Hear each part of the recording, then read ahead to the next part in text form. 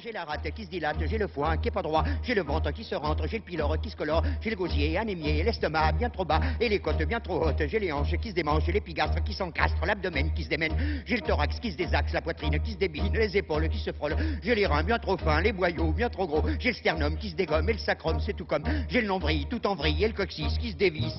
Ah mon Dieu que c'est embêtant d'être toujours patraque, ah mon Dieu que c'est embêtant, je ne suis pas bien portant. Ouais.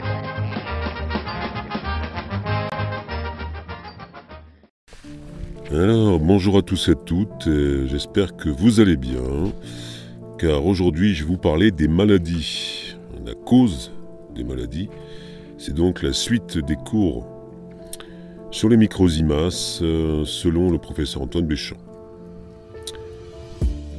Alors, comme on a vu ultérieurement, le microzyma est spécifique non seulement de l'individu qu'il bâtit, mais également de l'organe dans lequel il se trouve.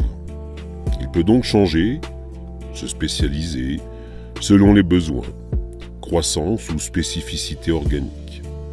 Nous pouvons donc supposer qu'il peut également devenir pathologique et passer par l'état transitoire de bactéries.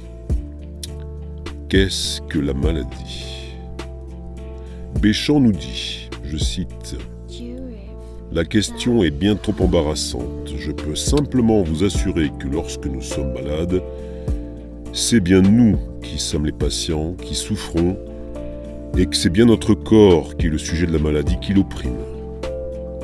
La maladie est l'apanage de ce qui est organisé et vivant. » Il est bien évident qu'on ne peut pas imaginer qu'une soupe ou un jus de fruits laissé sur une paillasse puisse devenir malade.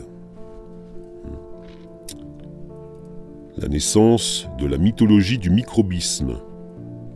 La théorie des germes morbifiques ne nous vient pas de Pasteur. Raspail, longtemps avant lui, avait fondé une médecine et une thérapeutique parasitaire. Les parasites microscopiques sont des êtres déjà organisés, on parle d'eucaryotes, constitués d'une ou plusieurs cellules avec un noyau et disposant d'une autonomie. Exemple, nous avons les levures, comme la levure de bière, les algues microscopiques, les protozoaires, comme la Djadja lamblia, dont voici la photo avec des microzymas qui sont les petits points brillants tout autour. Le Trichomonas vaginalis, les mycètes champignons microscopiques. Ces eucaryotes se reproduisent soit par division en deux, soit par des mécanismes plus ou moins sexués. Ce sont des êtres vivants organisés, bâtis par les microzymas, bien visibles au niveau de la membrane des cellules de levure de bière. Certains d'entre eux ne peuvent vivre qu'en parasitant un autre être organisé plus volumineux. Ensuite, ce seront Kircher, Linné, puis Bonnet, qui évoqueront les premiers la doctrine des germes morbifiques préexistants, les prokaryotes ou bactéries. Voilà ce que disait Buffon, un autre scientifique du XIXe siècle, au sujet de ces théoriciens.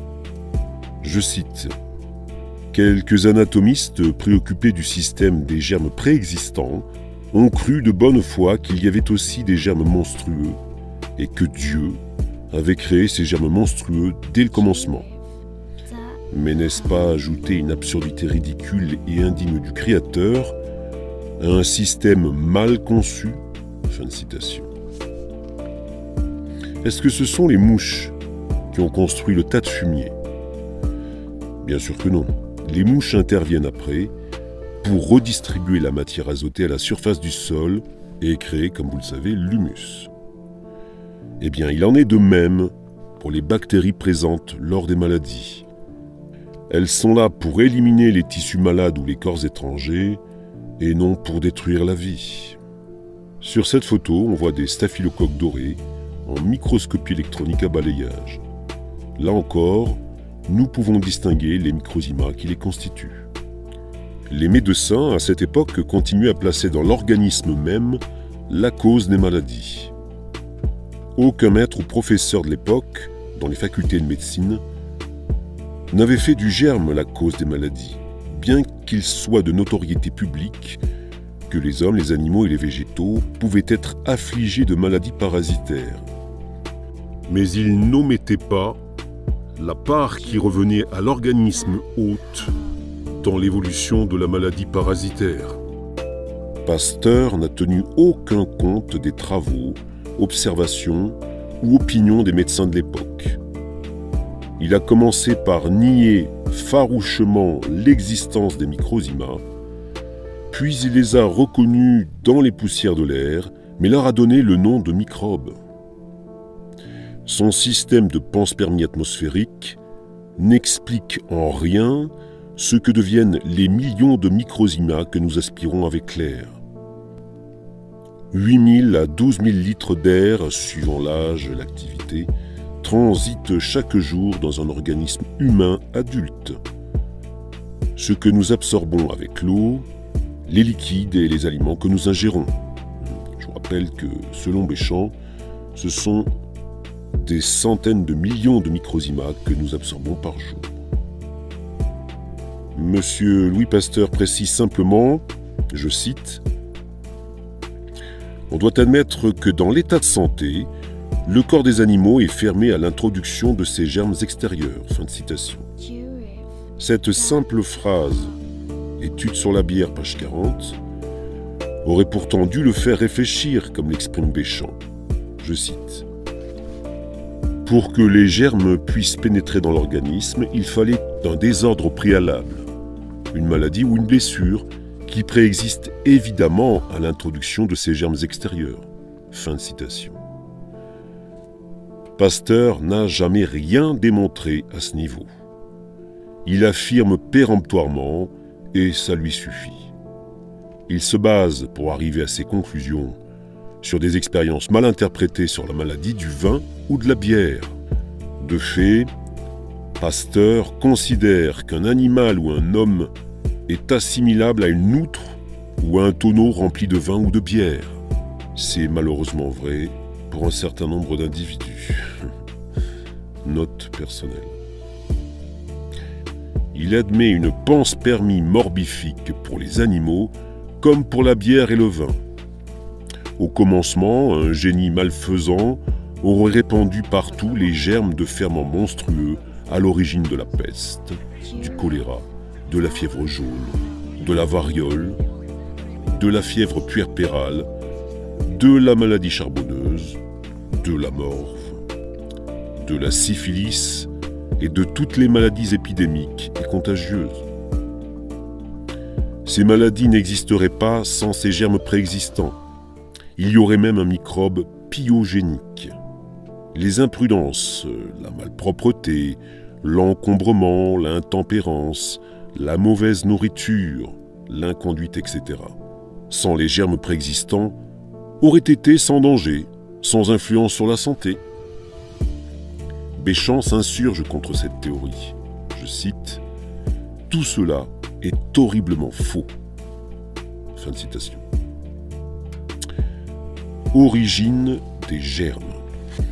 La découverte de l'existence de bactéries dans les tissus et le sang à l'occasion des maladies, typhoïde, charbon, date du XIXe siècle. Pour les savants de l'époque, il s'agit là d'un phénomène de parasitisme ordinaire, hypothèse toujours en vigueur de nos jours. Les travaux de Béchamp permettent de mieux comprendre le rôle et la place de ces prokaryotes ou bactéries. Je cite. « Il ne faut pas vous imaginer que le microzyma se convertit en bactérie sans aucune transition. On peut au contraire constater plusieurs formes intermédiaires entre le microzyma et la bactérie. Nous en parlerons tout à l'heure. Il faut seulement que vous vous souveniez que le milieu a une grande influence sur l'apparition de telle ou telle forme de l'évolution du microzyma et qu'il y a une infinité d'espèces quant à la fonction. Enfin que, selon le milieu, le microzyma peut produire des cellules au lieu de bactéries, de véritables microcytes celluleux et des moisissures. » Fin de citation. Travaillant sur des végétaux, du lait et de la viande, En multipliant les expériences avec une extrême rigueur, il en arrive à la conclusion suivante. Je cite. « Il semble exister des bactéries à un degré inférieur de développement dans les végétaux, mais aussi dans les muscles et organes de l'animal encore vivant. » Fin de citation. Il examine aussi avec des précautions remarquables des tissus malades. Et ses conclusions sont irréfutables. Citation. « Au moment de la mort d'un animal sacrifié dans l'état de santé, dans tous les tissus, à tous les âges, les microzymas sont tous indépendants. Dans les conditions que je viens de spécifier, on peut observer des microzymas accouplés à de grains ou à un plus grand nombre de grains formant des chapelets. Plus tard, les granulations s'allongent de façon à présenter un petit et un grand diamètre. Bientôt, ces caractères s'accentuent encore davantage et on a de véritables bactéries, quelquefois même de vrais leptotrix, c'est-à-dire de très longs filaments. J'en profite donc pour vous passer quelques images qui ont été obtenues en microscopie optique. On reconnaît bien les globules rouges là, qui sont en pile d'assiettes. Et les fins filaments sont donc des leptotrix. Je poursuis la citation. Très souvent, on peut apercevoir toutes ces formes les unes à côté des autres. Il existe aussi des formes intermédiaires difficiles à décrire. Il y a des bactéries articulées en série linéaire ou brisées, mobiles, progressant dans diverses directions et agitant leurs articles. Souvent aussi, quand on observe à temps, on voit des vibrions se mouvant avec une rapidité singulière, traversant le champ du microscope comme une flèche, ou tournoyant sur eux-mêmes en progressant. Et M. Alain Scoy précise « C'est quelque chose que nous avons pu constater de notre côté, en particulier sur les crachats purulents au microscope optique à fond noir. Ils donnent l'impression d'être des chefs d'orchestre surveillant le travail des ouvriers et chargés de les stimuler. » Je reprends la citation. On en voit d'ondulés, spirillum, etc. Mais toutes ces formes disparaissent bientôt et l'on n'a plus que des bactéries typiques, c'est-à-dire un bâtonnet plus ou moins long.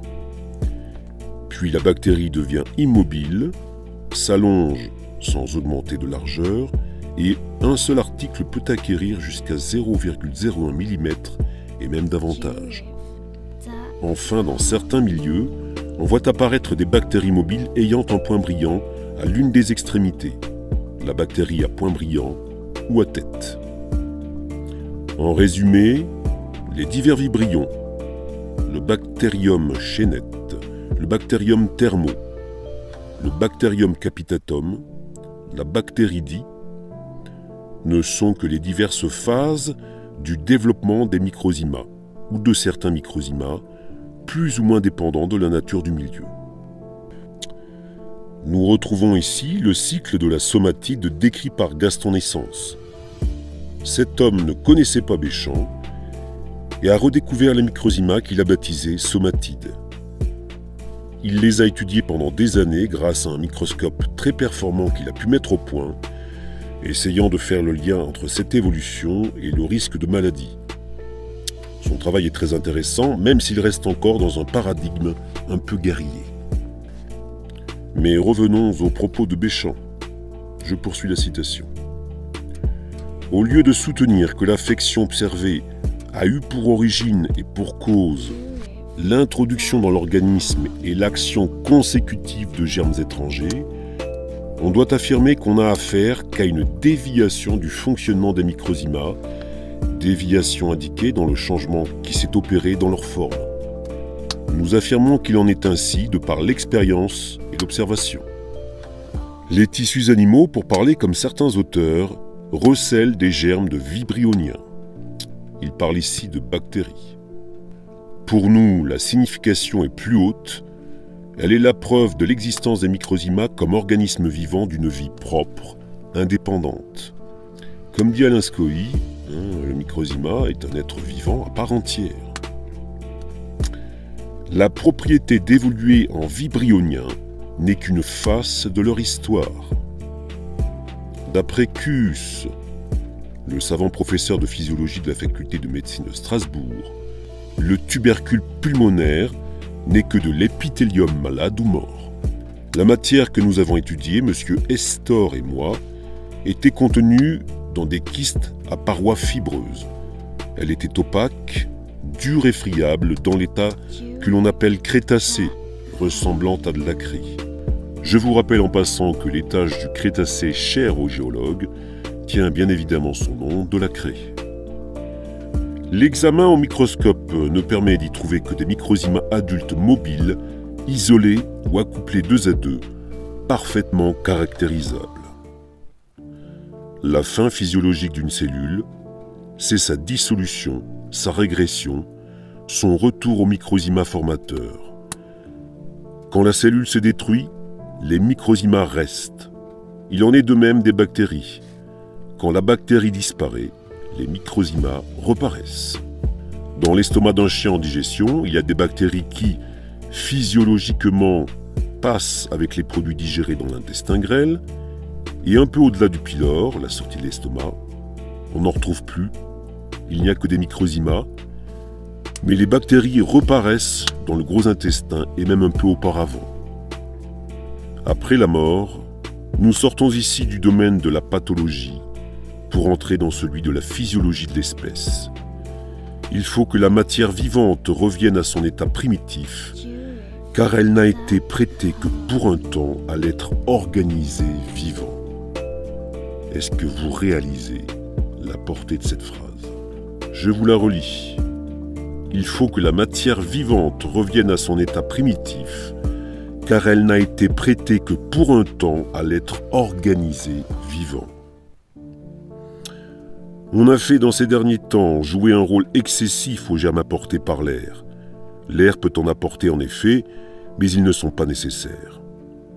Les microzymas à l'état de bactéries suffisent pour assurer, par la putréfaction, le mouvement circulaire de la matière. L'être vivant, rempli de microzymas, porte donc en lui-même les éléments essentiels de la vie, de la maladie, de la mort et de la destruction. Et messieurs, que cette diversité dans les résultats ne vous étonne pas trop, les procédés sont les mêmes. Nos cellules, c'est un fait d'observation de tous les instants, se détruisent sans cesse par suite de fermentations fort analogues à celles qui succèdent à la mort. En entrant dans l'intimité des phénomènes, on pourrait vraiment dire que nous nous putréfions sans cesse. Fin de citation. J'ai l'antidote contre le pourrissement. Fin de ce cours donc sur les maladies également. Je vous remercie pour votre écoute attentive, bien sûr.